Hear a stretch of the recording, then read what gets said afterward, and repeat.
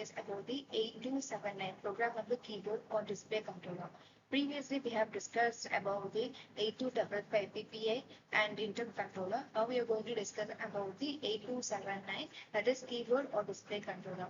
So 8279 is a programmable keyboard or display controller is designed by Intel that integrates the keyboard with the CPU. The keyboard first scans the keyboard and identifies if any key has been pressed. It sends their relative response to the pressed key to the CPU and vice versa. So how many ways the keyboard is interfaced with the interrupt? First question. The keyboard can be interfaced either in the interrupt or the hold mode. In the interrupt mode, the processor is requested service only if any key is pressed. Otherwise, the CPU will continue with its main task. In the hold mode, the CPU periodically reads the internal clock of 8279 to check whether any key is pressed or not with the key pressure. How does the 8279 keyboard work? So first of all, before entering to the controller, we should know how this keyboard has been working. The keyboard consists of maximum 64 keys which are interfaced with the CPU by using the key codes. These key codes are debounced and stored in an 8-byte FIFO RAM, which are accessed by the CPU. If more than 8 characteristics are entered into the FIFO, then it means more than 8 keys are pressed at a time. If when the overrun status is set, if the FIFO contains a valid key entry, the CPU is interrupt and the interrupt mode, else the key CPU checks the status in the polling to read the interrupt or interrupt. The key entry then in FIFO is updated and the key entry is pushed out and of the FIFO to generate the space of the next new entries. Next, we will discuss about the block diagram. As we know here, we have an keyboard and the display. So first of all, let us discuss about the keyboard. As we discussed, we have the keyboard debounce and control block, and we have the scan counter, and we have the return option. The return option we have RL027, and we have CMTF pin and STB. We will discuss it on later. And apart from that, we have 18 to 8 before sensor RAM.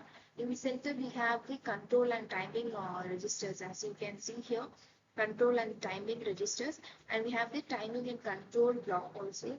For the display, we have 16 into 8 display RAM, display registers, and display address registers. Display registers will have a bit out, A and B2 we have.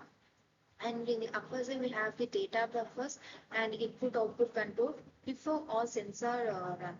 So in the next, we will discuss the brief about this block diagram.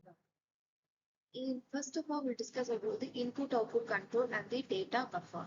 So what is this input-output control? What this unit is? This controls the flow of the data to the microprocessor. It is enabled only when D is low. If the data buffer interfaces the external bus of the system with the internal bus of the microprocessor, the pins A0, RD, W are used for the command status of data read or write operations.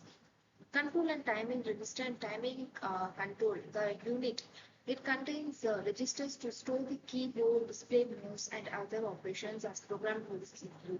The timing and control unit handles the timings for the operation of the circuit. Next one is scan counter.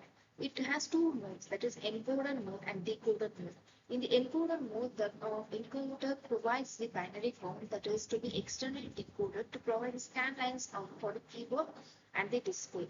And we have the two significant bits and provides decoder 1 after 4 on SL0 to SL3. That is this used for the scan lines. Next one is return buffer and keyboard debounce and control. This unit scans the keyboard enclosure row-wise. It is found the keyboard debounce unit debounces the key entry. In case the same key is detected, then the core of that key is directly transferred to the sensor RAM along with the shift and the control key status. Next is FIFO sensor and status logic. This unit acts as an 8-bit first in first out. That is before RAM where the key, the code of every pressed key is entered into the RAM as per various sequence. The status logic generates an interrupt request after each before read operation till the before gets empty. In the scanned sensor matrix mode, the unit acts as a sensor RAM, whereas each row is loaded with the status of the corresponding row of sensors into the matrix. This is somewhat a difficult topic. We'll discuss it later. about this before, that is first in first out concept. Next one is display address register and display RAM. This unit consists of a display address register which holds the address of the word currently read or written by the CPU.